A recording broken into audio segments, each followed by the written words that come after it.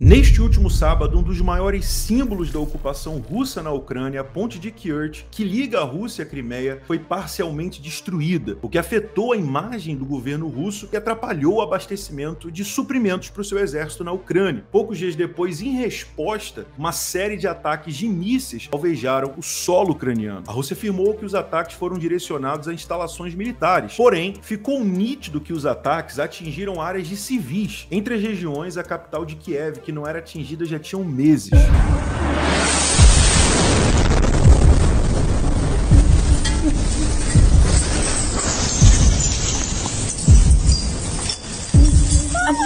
Esses acontecimentos geraram apreensão e nervosismo nos mercados. E a pergunta que muitos fazem é: como isso pode afetar o mercado financeiro? Meu nome é Yuri Lindoso, bem-vindos ao canal Investimentos Sem Caô. Uma das lições do filósofo Maquiavel dizia: é bem mais seguro ser temido do que amado. O amor é um sentimento inconstante, já que as pessoas são naturalmente egoístas e podem alterar sua lealdade quando bem entenderem. Ou, nas palavras do próprio Maquiavel, o amor é mantido por vínculos de gratidão que se rompem quando deixam de ser necessários. Já o temor e o medo de ser castigado não pode ser ignorado com facilidade. As pessoas vão te respeitar mais te temendo do que te amando. E concordando você ou não, esse pensamento foi muito bem absorvido por Vladimir Putin, porque agora um dos maiores temores que as pessoas estão tendo nesse momento é de que aconteça a qualquer momento um ataque nuclear. Sabe quando a sua mãe ou a sua namorada, esposa, antes de sair de casa, ela coloca o celular dentro do sutiã com medo de ser assaltada? Pois é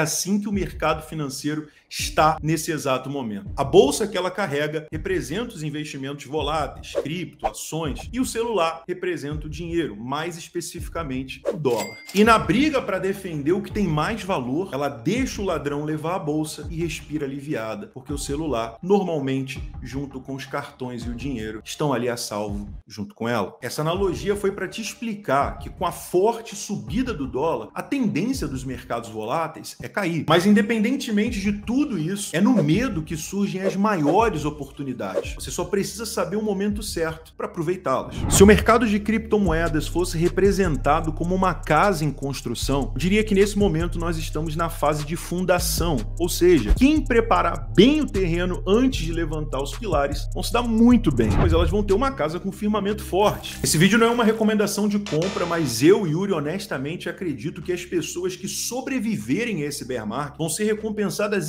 extraordinariamente mais do que elas imaginam dentro de alguns anos. E a história do mercado cripto tem provado isso. Mas aí você pode dizer: Yuri, mas a gente está passando por um momento de conflitos que não podem ser mensurados ainda. Mas vamos lá, se a gente analisar os fatos, o que a gente pode ver é o seguinte. Primeiro, grande parte dos problemas que estão acontecendo no mundo hoje foram desencadeados pelo conflito entre Rússia e Ucrânia. Por exemplo, problemas na Europa, como escassez de eletricidade, gás, alta inflação e a crise no euro, grande parte foi ocasionado pelo conflito entre Rússia e Ucrânia. Aí você pode dizer: mas teve o caso da pandemia, a pandemia agravou tudo isso também. Sim, mas esse conflito ele veio para potencializar o que já estava complicado. E aí eu te pergunto, quem seria a maior potência que poderia dar um fim a esse conflito? Sem sombra de dúvidas, é claro que é os Estados Unidos. Mas se nós olharmos para os Estados Unidos, não parece que eles querem paz entre Rússia e Ucrânia, pelo menos não agora. De acordo com o próprio Departamento de Estado norte-americano, esse mês foi enviado em auxílio militar mais de 625 milhões de dólares para a Ucrânia. E quais seriam as motivações americanas? Se nós olharmos o preço do barril de petróleo e o preço de algumas commodities, talvez, apenas talvez, eles podem estar lucrando através da venda desses recursos. Ou talvez seja mais complicado do que nós possamos entender. Mas quem está se beneficiando desse conflito? Essa é a pergunta que fica. Só que depois desse final de semana turbulento, desse ataque à ponte e na segunda-feira o revide russo, os temores por uma ação nuclear começaram a circular. E é aí que o calo aperta, meu amigo. Como você pode ver nesse mapa, a ponte de Kerch, que liga a Rússia à Ucrânia, era uma região estratégica de extrema importância para a Rússia, justamente para levar suprimentos e equipamentos militares para a Crimeia, que era uma região ucraniana que foi invadida e anexada pela Rússia em 2014. Ou seja, essa ponte, ou o que sobrou dela, era um dos maiores exemplos da soberania e conquista russa. E a Rússia, é claro, meu amigo, não ia deixar isso barato. Essas imagens são de um repórter da BBC quando os mísseis russos atingiram o solo ucraniano. E isso repercutiu tanto que vários poderosos começaram a se posicionar quanto a isso. Mais especificamente, ontem, o Paul Tudor Jones deixou seu posicionamento quanto a esse fato. E se você não sabe quem é Paul Tudor Jones, ele é gerente de um dos maiores fundos de hedge americano, bilionário, conservacionista e filantropo. E não, ele não é o Tony Stark. Se liga no que ele falou. Throw into the mix this. Putin now talking about a nuclear war. How do you even conceive of that? It's so hard to trade it because it's such a binary event. I mean, if you think about it, we have a dictator who's losing, and typically that doesn't end well.